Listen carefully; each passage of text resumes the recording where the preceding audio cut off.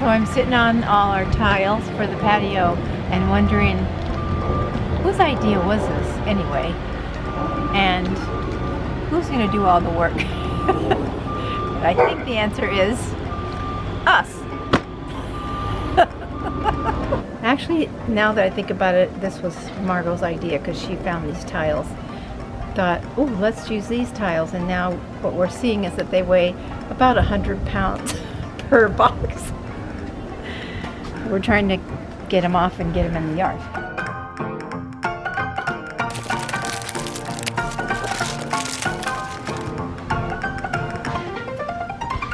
So now we have to move all of these to the backyard, and we were going to use the dolly first, and then I had a smart idea that we would use the roller thing. So that's what we're going to do. So this is fun.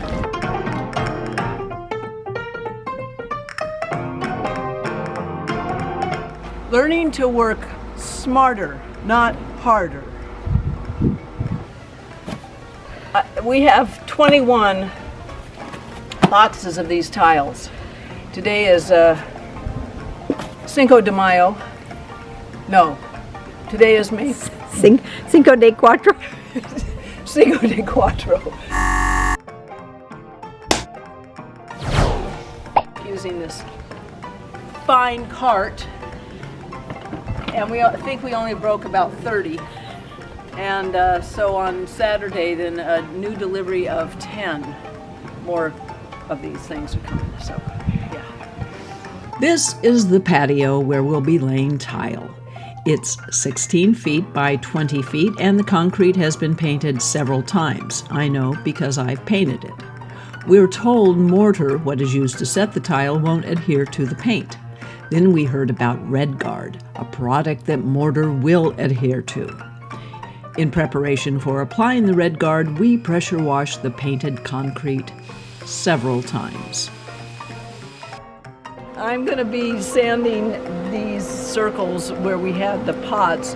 They're in need of sanding. Diane already sanded some of the hot spots around where the paint was peeling, so now I'm going to sand this part here. Come here. Come here. You stay with me. Margo didn't like the way I shot her sanding. She made me do the sanding. So we're doing what they call dry fitting, which is just laying the tiles down before we put any mortar down to see how they're going to fit. Particularly with these tiles because they're literally a jigsaw puzzle. And it's going to be tricky trying to make sure we have a straight line going. So we'll see how that goes. So the really good news is that the jigsaw part of it is the same on the long edges, so we don't have to try to match them up like we do on the short edges. But the tricky part is really going to be, usually you have straight edge tiles and you just line them all up and there you go. But these aren't straight edge, so we have to make sure that we start off in the right straight curvy edge. So that when we end up at the bottom, we've got a straight line.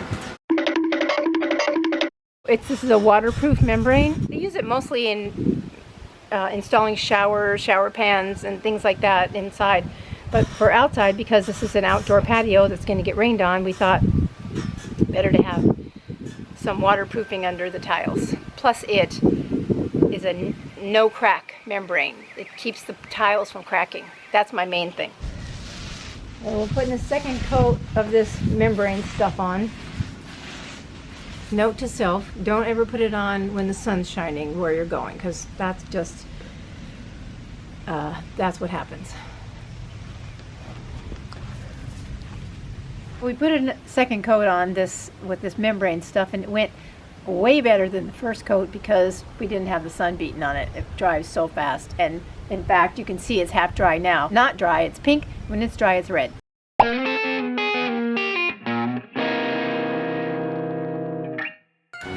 I don't want to do this anymore. It is too early in the day for your curmudgeon attitude, so you are going to have to push that out a couple of hours because we have people coming over to help us. Who? T is coming and Trish is coming and special guest star Nan is here. Oh yeah.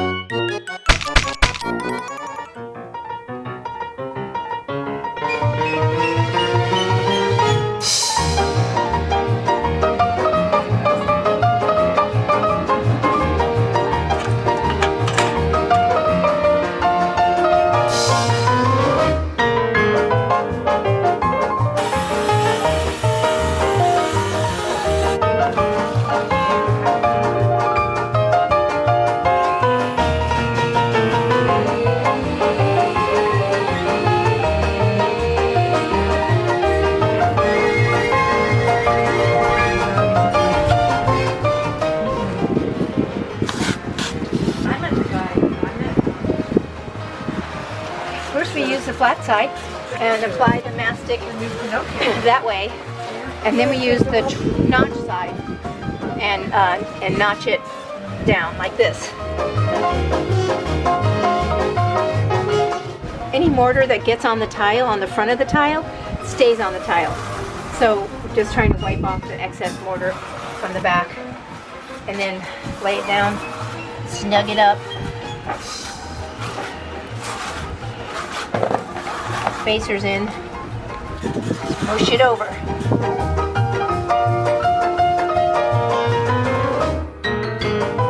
We were given the advice to make this board and put foam rubber on the back so that you can put it across all the tiles and then tamp it down, make sure that they're all level.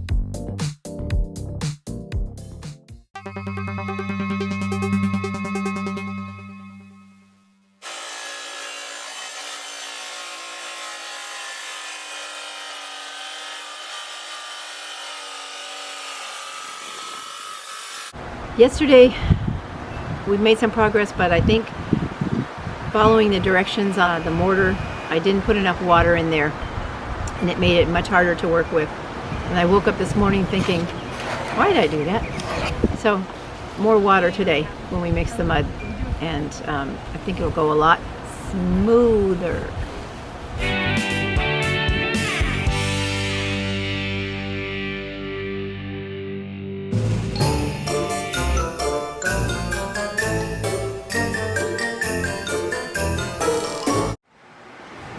We have to make some certain kind of cuts on the tile, and we had to go get this blade, and of course I don't like power tools, and then Diane fell and sprained her ankle, so the task was for me to do it, but I was sending up a silent prayer that her ankle would miraculously heal so that she could do it and I would not have to do it. So that's what's going to happen.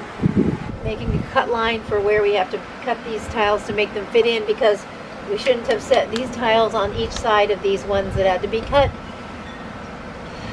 So now we have to cut them all, to cut the whole side of this.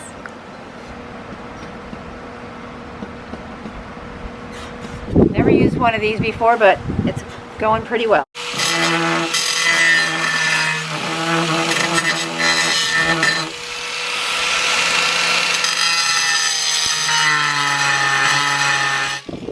Just trying to clear out some of the mortar so the pieces can fit in.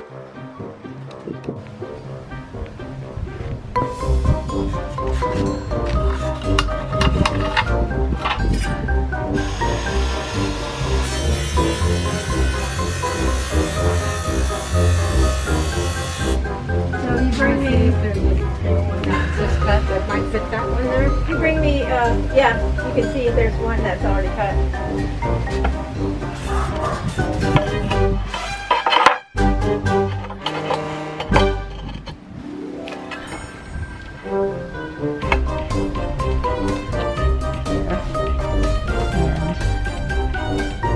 mark it in because I can't. Yeah. Like left hand. Right here. Yeah. Well, we got a lot done today. It's amazing. So all the hard part is done. Now we can start. Probably got one more day of work laying all this stuff down. I hope.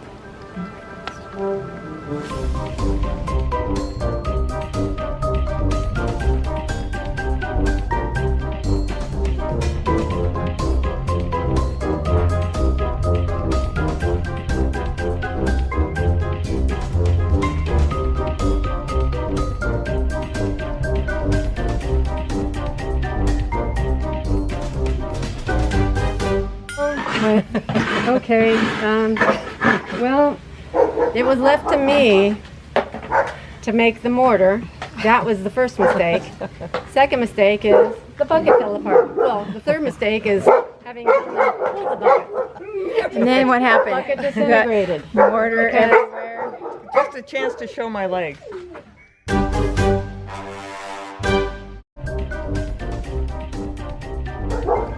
We're just putting down the corner. Doesn't mean we're done because we have a few more details to do, but we got this final corner down. It looks pretty dang good.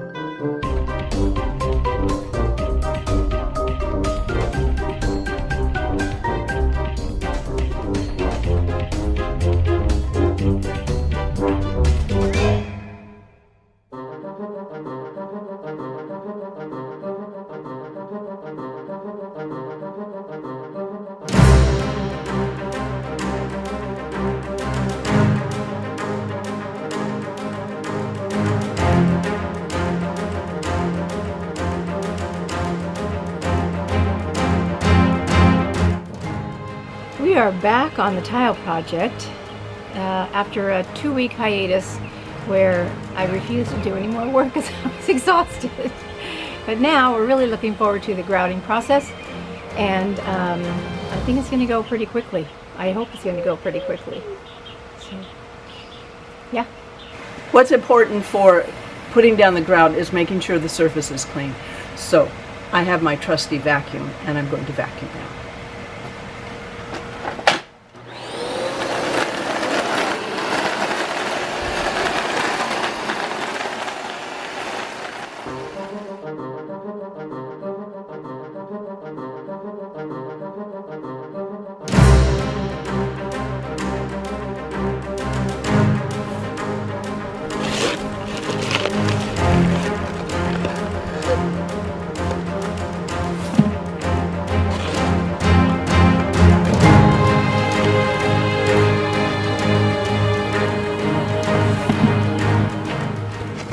Just like making a cake.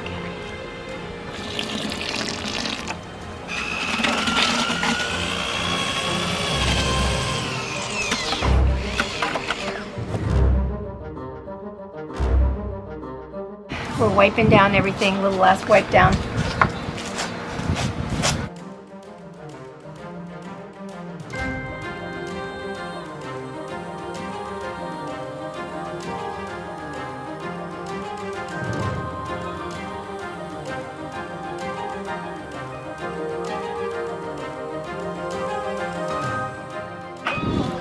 I would patent it, but it involves the heel of my hand, so you can't really, I don't think, patent that. So you just take the grout and you swoosh it in with the heel of your hand, like that. And then you take the float, take it off. Voila! Looks like we got maybe a third done. Maybe. Got a lot done, and tomorrow we'll hit the ground running and maybe be able to finish it. I don't know for sure. But it looks really good. I mean, the tile looks great. The grout lines blend in, and I'm pretty darn happy with it.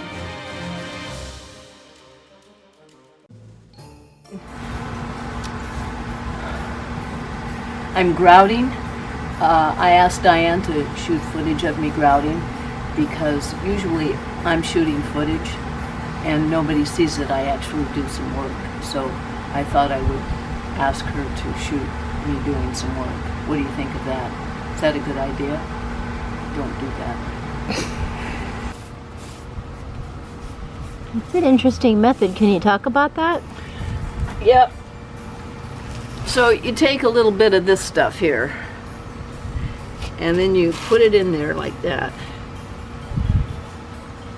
It is the lazy woman's way of grouting, because I don't want to use that big old thing. And so you just press it down in those cracks. And then Diane likes to use her palm, which when she's looking at me, I will use it. But for the most part, I just use my thumb to go along and make sure it gets in there. And then I scoop up all of the detritus and use it on the next crack. We just need an itty bitty more to finish the patio. Of course, that doesn't include the edging, so it won't be actually done. But the grouting of the actual tiles, almost done. After you grout, you have to make sure that you wipe off the surface of the tiles. When you do that, it removes all of the grout, obviously. When we tried to do it yesterday, we noticed that it left a haze on the tile. So we went onto YouTube and we found a way to remove the haze. So today we're going to attempt to do that. But yesterday, Diane was out washing everything down with fresh water, and it's really important that you remove the grout shortly after you grout.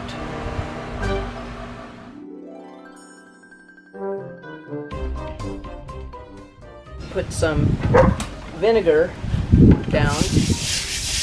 I've chosen to use a scrub brush, and you scrub it around and then you wipe it off with a damp cloth.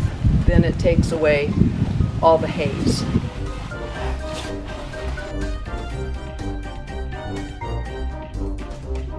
This thing I have to use to kind of take off some of the mortar that has been left behind, but because of the vinegar, it comes off fairly easily. So another shout out for vinegar, one of my favorite cleaning products. Thanks for watching. We knew we had to come up with an idea to put around the edging, and we wanted something fun and exciting, and we were immediately thinking about Mexican tile, but they're usually pretty expensive, plus they're too big and they didn't fit, and etc. But then I remembered that you could buy on Amazon a whole box of 4x4 Mexican tiles for like $130. So I went back on, and that's what we did.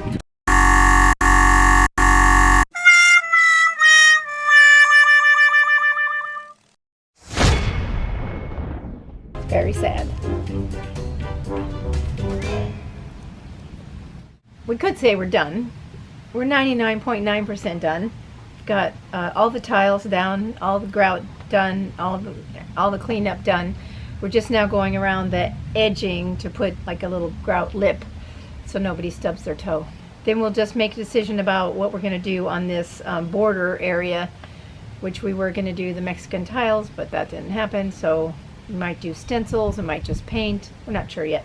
Big project, a lot of time, a lot of effort, a lot of help, but it's pretty amazing. We're pretty happy with it, very happy with it.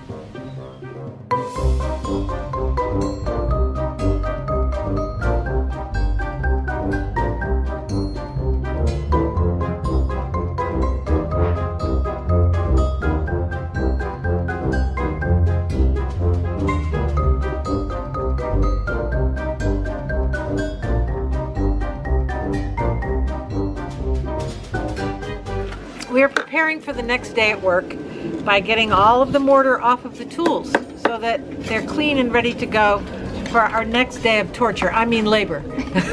Well, it's a challenge, but it looks like it's going okay now that we got Diane.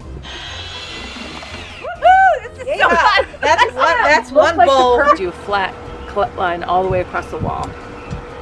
That way we have something to measure from. Learning a new skill. Okay. I only get apprenticeship wages.